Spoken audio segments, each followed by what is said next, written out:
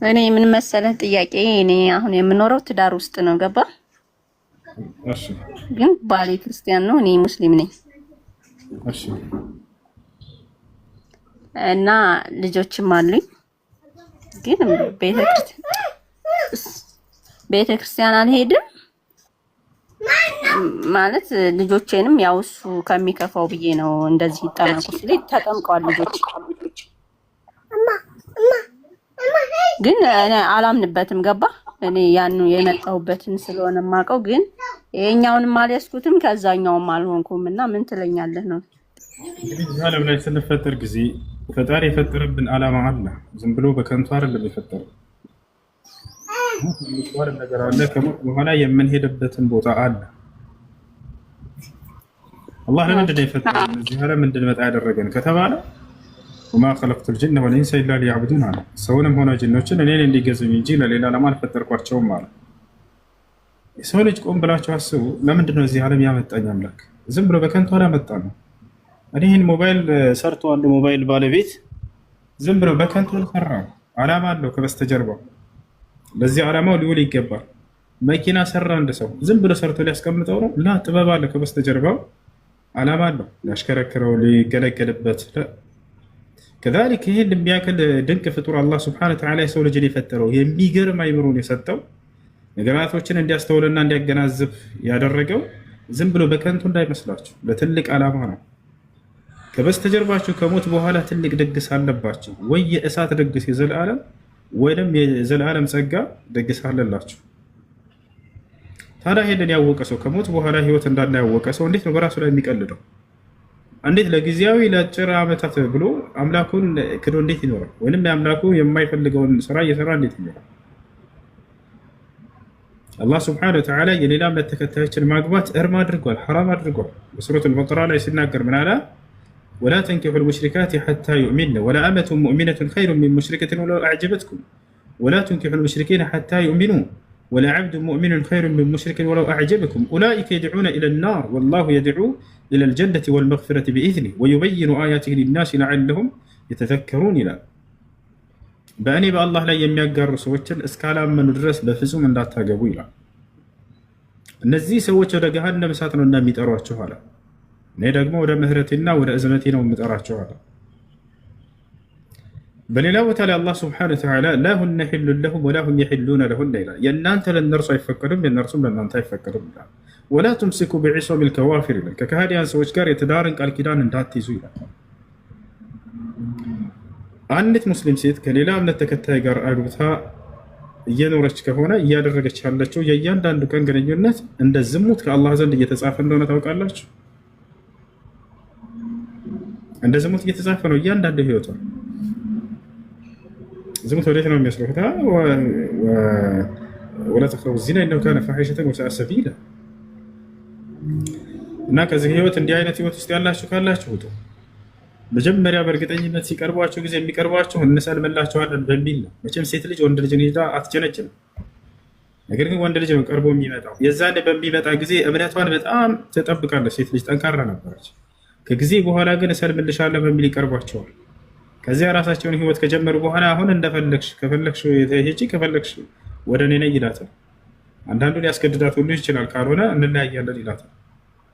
ከዚያ በኋላ እንዲህ አይነት ህይወት ውስጥ የማትፈልገው ህይወት ውስጥ እንድትገባ ትሆናለች። የወንድ ጓደኛ የያዛችሁ ካላችሁ የሌላ እምነት ተከታይ ወንድም ይሁን ሴት፣ ልክ እንዲሁ ደግሞ ትዳር ውስጥ ያላችሁ ካላችሁ ወላሂ ላዚም የጀሃነም መንገድ ላይ ነው ያላችሁ። አላህ ቃል በቃል የተናገረው እነዚህ ወደ ገሃነም እሳት ነው እየጠራቸው ያለውና ተጠንቀቁ ብሎ ተናግሯል። አላህ ስብሐነሁ ወተዓላ የካደን አካል የትዳር አጋር አድርጎ መያዝ በፍጹም አይፈቀድም። በዚህ ትዳር ውስጥ ያለ ሰው ካለ አላህን የሚያምንና አላህን የሚፈራ ከሆነ መውጣት አለበት። ዳዕዋ አድርጊለት፣ ከቻልሽ ምከሪው፣ አስመከሪው። ተጨማሪ ጥያቄ አለ። እምቢ ካለ ግን ከዚህ ከሰው ጋር ዝም ብሎ እሺ። ዳብተን ስንኖር 10 ዓመታችን ነው። የመጀመሪያ መንታ ልጆችና አሁን ሁለተኛ ደግም ያለው ግን ልጆችም እንደነገርኩ ነው። ምንም እኔ እንትን ስለማልን አይሄዱም ቤተክርስቲያንም እና ጎረቤት ምናምን ይገፋፋኛል። ለምንድን ነው የማትሄጂው ምናምን፣ ግን አልሄድም በቃ። ሂጄም የሆነ ቀን ራሱ ሂጄ እንደዚህ ብለውኝ ምናምን ከመከሩ በኋላ ሂጄ ስመጣ ራሴን ያመኛል። ግን እኔ መመለስ የምፈልገው ወደዚህ ወደ ነበርኩበት ነው። ግን የልጆች አባት ደግሞ በጣም ሲበዛ ጥሩ ሰው ነውና እንዴትስ ልለየው? እንደገና ደግሞ ወደ እኔም ለማምጣት ብሞክር እሺ ምንም አይመስለኝም እና ምን ትመክሩኛላችሁ ነው? እሺ ይኸውልሽ እዚህ ዓለም ስትኖሪ ቀደም እንዳልኩት ለፈጣሪ ትእዛዝ ማድረግ ነው የሰው ልጅ አለበት። ገብቶሻል አይደለ? ከሞት በኋላ ህይወት አለ እያልኩኝ ነው። ከሞት በኋላ ህይወት ያለው ሰው ነገ ከፈጣሪ ፊት እንደምንቆም ያስተዋለ ሰው ያወቀ ሰው እንዴት ነው ከፈጣሪ ፊት የሚያሳፍረውን ነገር ዛሬ በምድር ላይ የሚያደርገው? አላህ በቁርአን ላይ ሲናገር ኢን ኩሉ መን ፊ ሰማዋት ወልአርድ ኢላ አቲ ረሕማን ዓብዳ ይላል። በሰማያት በምድር ያለ አንድን ፍጥረት አይኖርም የኔ ባሪያ ሆኖ ከፊቴ የሚመጣ ቢሆን እንጂ የትንሣኤ ቀን እያለ ይናገራል። ወኩሉሁም አቲህ የውመል ቂያመቲ ፈርዳ አለ።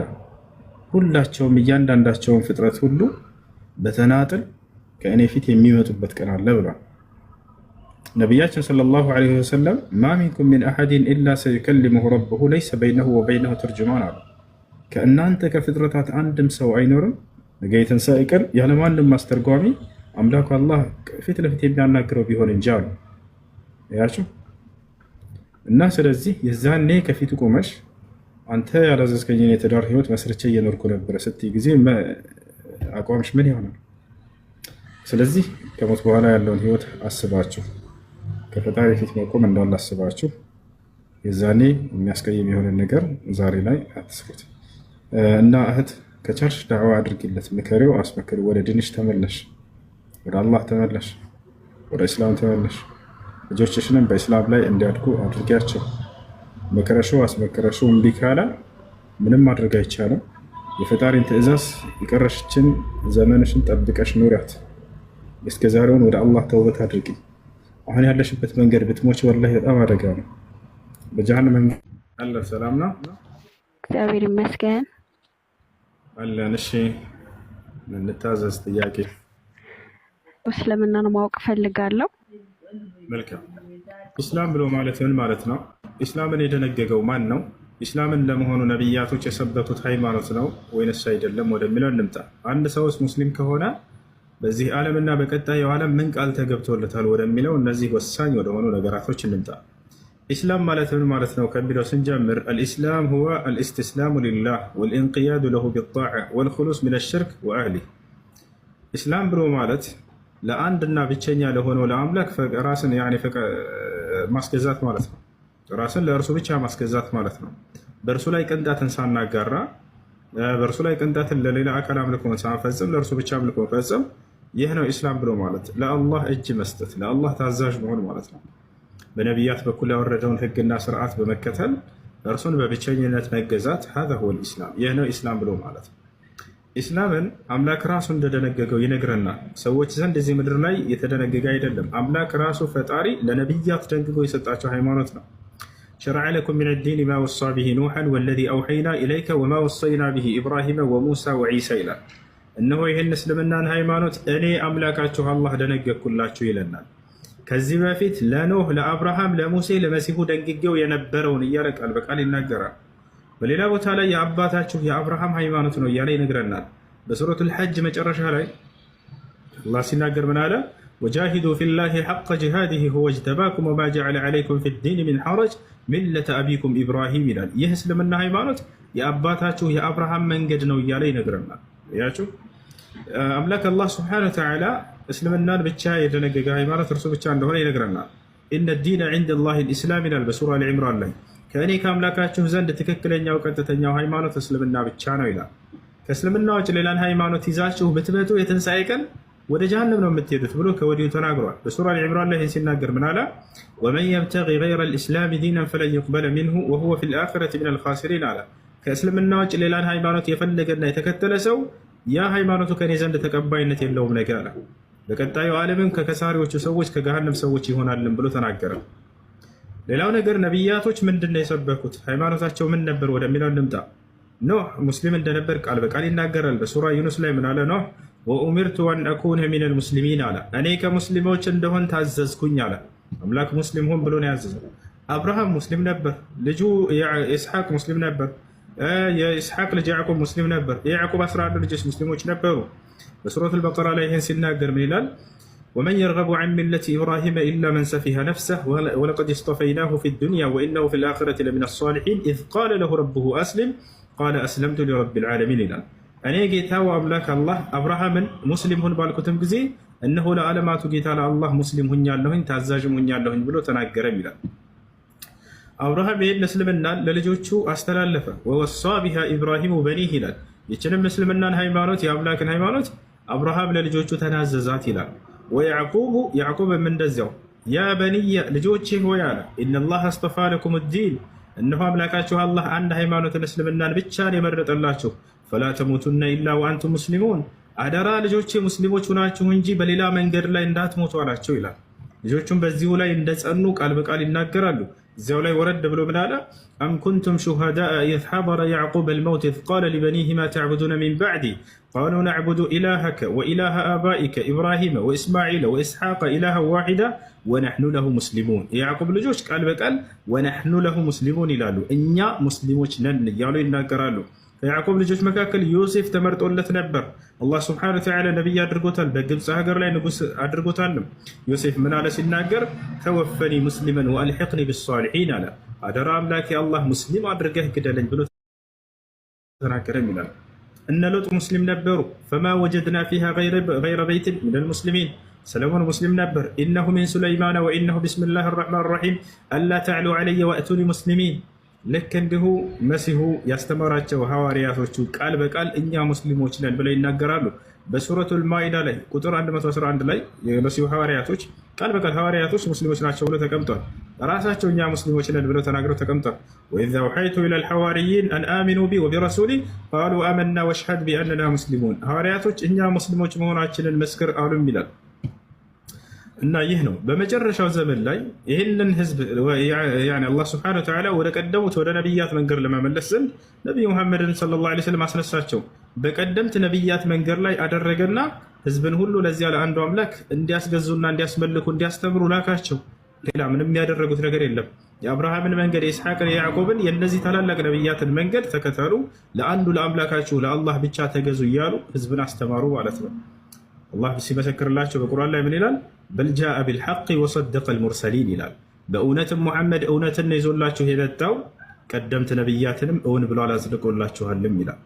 በዛቸው አላረ هذا هو الاسلام። ይህ ነው እስላም።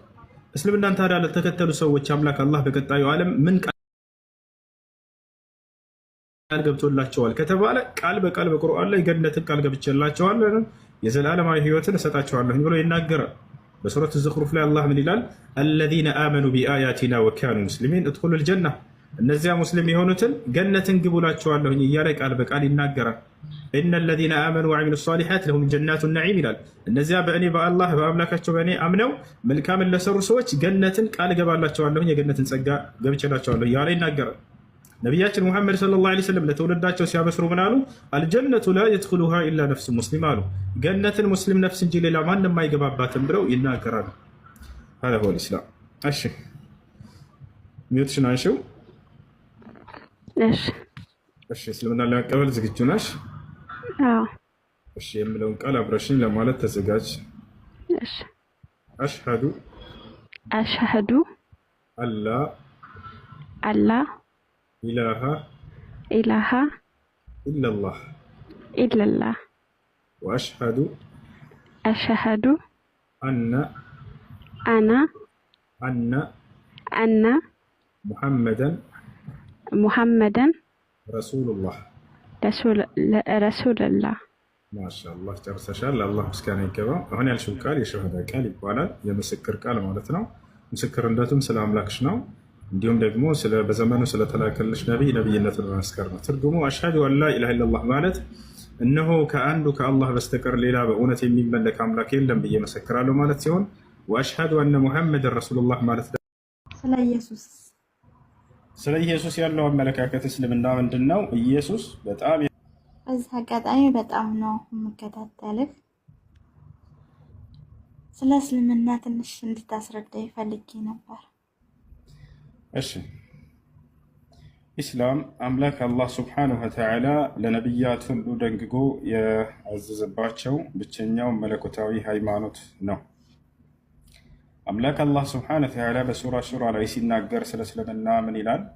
ሸረዐ ለኩም ሚነ ዲን ማ ወሳ ቢሂ ኑሐን ወለዚ አውሐይና ኢለይከ ወማ ወሰይና ቢሂ ኢብራሂመ ወሙሳ ወዒሳ ይላል።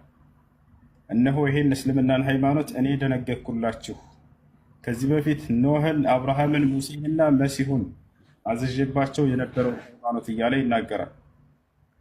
ስለዚህ ለቀደምት ነቢያት የተሰጠ ትእዛዝ ነው ኢስላም። እነሆ ዛሬ ለእናንተም አዘዝኳችሁ እያለ ይነግረናል አምላክ አላህ። በሌላ ቦታ ላይ ሲናገር ራሱ ምን ይላል? ኢነ ዲነ ዒንደ ላሂ ልኢስላም ይላል። ከእኔ ከአላህ ዘንድ ቀጥተኛው ሃይማኖት እስልምና ብቻ ነው ይላል። በሌላ ቦታ ላይ ምን ይላል? ወረዲቱ ለኩም ልኢስላመ ዲና ይላል። እስልምናን ሃይማኖት ብቻ ወደድኩላችሁ እያለ ይናገራል። በሌላ ቦታ ላይ ከእስልምና ውጭ ሌላን ሃይማኖት ይዛችሁ ብትመጡ የትንሣኤ ቀን ከከሰሩት ሰዎች ትሆናላችሁ እያለ ይናገራል። ወመን የብተጊ ገይረ ልእስላሚ ዲናን ፈለን ዩቅበለ ሚንሁ ወሁወ ፊ ልአኽረቲ ሚነል ኻሲሪን አለ። ከእስልምና ውጭ ሌላን ሃይማኖት የፈለገ ሰው ይህ ሃይማኖቱ ከእኔ ዘንድ ተቀባይነት የለውም፣ በቀጣዩም ዓለም ከከሰሩት ሰዎች ይሆናል አለ። አምላክ አላህ ስብሓነሁ ወተዓላ እስልምናን ለተቀበለ ሰው ምን ቃል ገብቶለታል? በቀጣዩ ዓለም የሚለውንም እንዲሁ ነግሮናል። በቀጥታ ገነትን አስገባዋለሁኝ የዘላለማዊ ህይወትንም እሰጠዋለሁኝ ብሏል። አለዚነ አመኑ ቢአያቲና ወካኑ ሙስሊሚን እድኹሉ ልጀና ይላል በሱረት ዙኽሩፍ ላይ። እነዚያ በአናቅጾቼ አምነው ሙስሊም የሆኑትን ገነትን ግቡ እላቸዋለሁኝ አለ። ነቢያችን ሙሐመድ ሰለላሁ ዐለይሂ ወሰለም ሐዲት ላይ አልጀነቱ ላ የድኹሉሃ ኢላ አልሙስሊም አሉ። ጀነትን ሙስሊም ነፍስ እንጂ ሌላ ማንም አይገባባትም እያሉ ይናገራሉ። ነቢያት ልክ እንዲሁ በተናጠል ህዝቦቻቸውን ሙስሊም ሁኑ እያሉ ሲያዙ እንመለከታለን። ለምሳሌ ያዕቆብን እንውሰድ። ወያዕቁቡ ያ በንየ ኢነ ላህ አስጠፋ ለኩም ዲነ ፈላ ተሙቱነ ኢላ ወአንቱም ሙስሊሙን ይላል። ያዕቆብ ምን አለ? ልጆቼ ሆይ አደራ ሙስሊሞች ሁናችሁ እንጂ ባላቸው ይላል። እና ይህ ነው አምላክ ይህን የነቢያትን መንገድ እንድንከተል አዟል ማለት ነው። ስለ ኢየሱስ ያለው አመለካከት እስልምና ምንድን ነው? ኢየሱስ በጣም የተከበረ የተወደደ ከአምላክ ዘንድ ቅርብና ታላቅ ደረጃ ያለው ነቢይ ነው፣ መልእክተኛ ነው። አላህ ስብሓነሁ ወተዓላ ተአምራዊ በሆነ መንገድ ፈጥሮታል። ያለ ወንድ ግንኙነት ከድንግል ማርያም ማንም ወንድ ጫፏን ሳይነካት አምላክ አላህ ስብሓነሁ ወተዓላ ተአምራዊ በሆነ መንገድ እርሱን ፈጥሮታል። ለእስራኤል ሰዎችም መልእክተኛና ነቢይ አድርጎታል። አላህ በቁርአን ላይ ሲናገር ስለ ክርስቶስ ምን ይላል? ወረሱለን ኢላ በኒ እስራኤል ይላል። ወደ እስራኤል ልጆች የላኩት መልእክተኛዬ ነው እያለ ይገልጸዋል። ኢየሱስ ራሱ ሲናገር ምን ይላል? ቃለ ኢኒ ዓብዱላሂ አታኒ አልኪታበ ወጀዐለኒ ነቢያ ወጀዐለኒ ሙባረከን አይነማ ኩንቱ ወአውሳኒ ቢሰላቲ ወዘካቲ ማ ዱምቱ ሐያ ይላል። አላህ ነቢይ አድርጎኛል እያለ ይናገራል። ኢየሱስ ክርስቶስ ተአምራቶችን ተሰጥቶ ነበር ከአምላክ ከአላህ ዘንድ የነቢይነቱ ማረጋገጫ የሆኑ ዘንድ። ከእነዚያም መካከል ሙታንን ማስነሳት፣ ማየት የተሳናቸውን አይናቸውን ማብራት፣ ለምጽ ያለባቸውን መፈወስ፣ መስማት የማይችሉን እንዲሰሙ የማድረግ ተአምር አላህ ሱብሓነሁ ወተዓላ ሰጥቶታል። እነዚህም ሁሉ የነቢይነቱ ማረጋገጫዎች ናቸው። ይህ ነው ራሱ ሲናገር ምን ይላል? ወረሱለን ኢላ በኒ እስራኤል አኒ ቀድ ጅእቱኩም ቢአየትን ሚን ረቢኩም ይላል። እኔ ከጌታችሁ የሆኑ ተአምራቶችን አመጣሁላችሁ እያለ ይናገራል። ራሱ ሳይሆን ከአምላኩ ዘንድ የተሰጠው እንደሆነ ይገልጻል። መጨረሻ ላይ ምን ይላል? ፈተቁላህ ወአጢዑን አለ። አላህን ፍሩና እኔን ማዛችሁን ታዘዙኝ አለችው። ኢነላህ ረቢ ወረብኩም ፈዕቡዱሁ ሃዛ ሲራጡን ሙስተቂም አለ። የእኔም ጌታ የእናንተም ጌታ አላህ ነው፣ እርሱም በብቸኝነት ተገዙት፣ ይህ ነው ቀጥተኛው መንገድ አላቸው ይላል። ኢየሱስ ሊሰብክ የመጣው ስለዚያ ስለላከው ስለ አንዱ አምላክ እንጂ ስለ ራሱ አይደለም። እኔን አምልኩኝ ሊል አልመጣም በፍጹም። የላከውን ያንን አንድና ብቸኛ የሆነውን አምላክ አምልኩ ሊል ነው የመጣው። ቀደምት ነቢያትም ለዚሁ ነው የመጡት። መል መሲሑ ብን መርየመ ኢላ ረሱሉን ቀድ ኸለት ሚን ቀብሊህ ሩሱል። አምላክ አላህ ስብሓነሁ ወተዓላ ስለ መሲሁ ሲናገር ምን ይላል? መሲሁ ወይንም ክርስቶስ ልክ ከእርሱ በፊት እንዳለፉ መልእክተኞች አንድ መልእክተኛ እንጂ ሌላ አይደለም ይላል። ወኡሙሁ ስዲቀቱን፣ እናቱ ደግሞ እውነተኛ ሴት ነበረች፣ ጻድቅ ሴት ነበረች ብሎ አላህ ስብሓነሁ ወተዓላ ይመሰክርላታል። እርሷም ልክ እንዲሁ አንድ አላህን ስትገዛ አንድ አምላክን ስታመልክ የነበረች ሴት እንጂ ሌላ አይደለችም። ይህን ይመስላል። አመሰግናለሁ። ሻሃዳ የሚያስፈልግ ነበር። አይሽ የምለውን ቃል አብረሽ እየተከተልሽ በል። እሺ። አሽሃዱ አሽሃዱ አላ إله إله إلا الله إلا الله وأشهد وأشهد أن أن محمدا محمدا رسول الله رسول الله ما شاء الله كذب على مسلم رشال هنا الشو قال يشهد قال ويلم يمسكر قال يبالال ترجمه أشهد أن لا إله إلا الله مالت إنه كأنك الله بستكر بأونة من ملك للأملاك النبي مسكر له مالت سيون وأشهد أن محمد رسول الله مالت رجمه محمد يا الله ملائكتنا نبينا شوبي مسكر له مالتنا አንድ ሰው እስልምና ሲቀበል ጊዜ አላህ ምን ያደርግለታል? ለዚህ ድራማ አትስራ። እስቲ አሁን ሁለቱንም ሻሃዳ ሲያስካቸውን ሴቶች በቃ ተናድፍ ነው። አሁን ሻሃዳ ሲያስካቸውን ቪዲዮ ገብታችሁ ውስቲ እናመሰግናለን። እስካሁን ሚት አድርገኛል ማለት ነው። አይታል ብዙ ነጥብ ነው ያወራሁት፣ ግን ሚት እያደረግክ ነው። ስንት ነጥብ አወራ? ድራማ አትስራ። አቅም ዋለኝ የምትል ከሆነ ወጥተህ መነጋገር ነው። አቅም ያላቸው ሰዎች አሉ አይደለ? እኛ የከተማ ልጆች ነን። ከሙስሊም ወንድሞች ጋር አብረን ያደግን ፍቅርና የምናውቅ ሰዎች ነን። አንተ ስትሳደብ የእስራኤል ጎረምሳ ብለህ ስትሳደብ አንድ የዛተብህ ክርስቲያን አለ? አንድ እፎይን እንገለዋለን እንላጨዋለን ምን የሚል አንድ ቪዲዮ አንተ አለ? እኔ ፈለግከውን እቀጣለሁ። አንድ ቪዲዮ ታሳየኛለህ? ክርስቲያን አንተ ላይ ዝቶ ያሳየህ ቪዲዮ የሁላ እየተሳደብ ራስ ከሌላም ጨምሮ ካለ ጨምርና ከሌለ በራስ ጊዜ እንዳታወራ ካለ ጨምር። ሌላም ትናገረው ኬቢ በደንብ ስደበው እና ይውጣልህ። በደንብ ስደበው ይውጣልህ። እሺ ያላ እንዴት ናስለት ጨምር ያለ ውስጥ ላይ ያለው እንዴት ሁሉ ተንፍስ። ሌሎችም እናንተ እየመጡ የተናፈሱ ችግር የለውም። ያላ በል قول كل ما عندك طلع ما في بطنك يلا አልወጣለትም። ይቀረዋል። ስደበው። እንዴት ናስለት ሰላ ናስለ ገና ነው። እሺ አየህ አንስቻለሁ። ቀጥል ኬቢ። ብዙ ነጥብ አስጣላ። አሁን ብዙ ቤት አድርጎ ማለት ነው። አንተ ነው የዛቱበት ቪዲዮ ካለ እኔ ፈለግከውን ልቀጣል። አንተ የምትፈልገውን የምችለውን አቅም ምን ያደርግልኛል? እኔ ሰው ዛቸው እንዲህ እኔ ለሰው የምኖር አይደለሁም። ምን ያለማ ያለ ሰው አንድ ጊዜ ድራማ አትስራ። እስቲ አሁን ሁለቱንም ሻሃዳ ሲያስካቸውን ሴቶች በቃ ተናድፍ ነው። አሁን ሻሃዳ ሲያስካቸውን ቪዲዮ ገብታችሁ ውስቲ እናመሰግናለን። አሁን አወጣው አያችሁ አይደለ? ወላሂ በዚህ ተናዶ ነው ስላችሁ ነበር አይደለ? ሰዎች ስለተለሙ ማለት ነው። ልክ እንዳንተ ተደብቀው ይንጨረጨራሉ አስተማሪዎቻችሁ፣ እናውቃለን። ያ ይገርመኛል። እነዚህ ልጆች ጠየቁ። ስትጠይቅ እየሰማ ስለ ኢየሱስ ክርስቶስ እንዴት ከራሱ ማድረግ የማይችልን አካል እንዴት አምላክ አድርግ ይቀበላለሁኝ ብላ እንዲህ አይነት አይምሮ ያላቸው ልጆች ናቸው። እኔ ከራሴ አንዳች ላደርግ አይቻለኝም ካለ እንዴት ነው አምላክ ሊሆን የሚችለው? አካል ትክክለኛ የሆነ አይምሮ አምላክ ከተባለ ወላሁ ዐላ ኩሊ ሸይኢን ቀዲር ይላል። አምላክ አላህ ሲናገር እኔ ሁሉን ነገር በማድረግ ላይ ቻይ ነኝ ይላል። ኢነላህ የፍዐሉ ማ ዩሪድ እኔ አሻኝን እሰራለሁኝ ይላል። ኢየሱስ ክርስቶስ የአምላኩን አምላኬ የሻውን ብቻ ነው የማደርገው ይላል። እኔ ከራሴ አንዳች ላደርግ አይቻለኝም የሚልና እኔ ሁሉን ነገር ማድረግ እችላለሁ። ይሄ በጣም የሰማይና ምድር ነው። የአምላክ ባህሪ ሁሉን ማድረግ የሚችል ነው። እንዴት ነው ከራሱ ማድረግ የማይችልን አካል አምላክ አድርጌ የምቀበለው አለች። ይሄ ነው መጽሐፉን ሲያነቡ ጊዜ ወደ እስልምና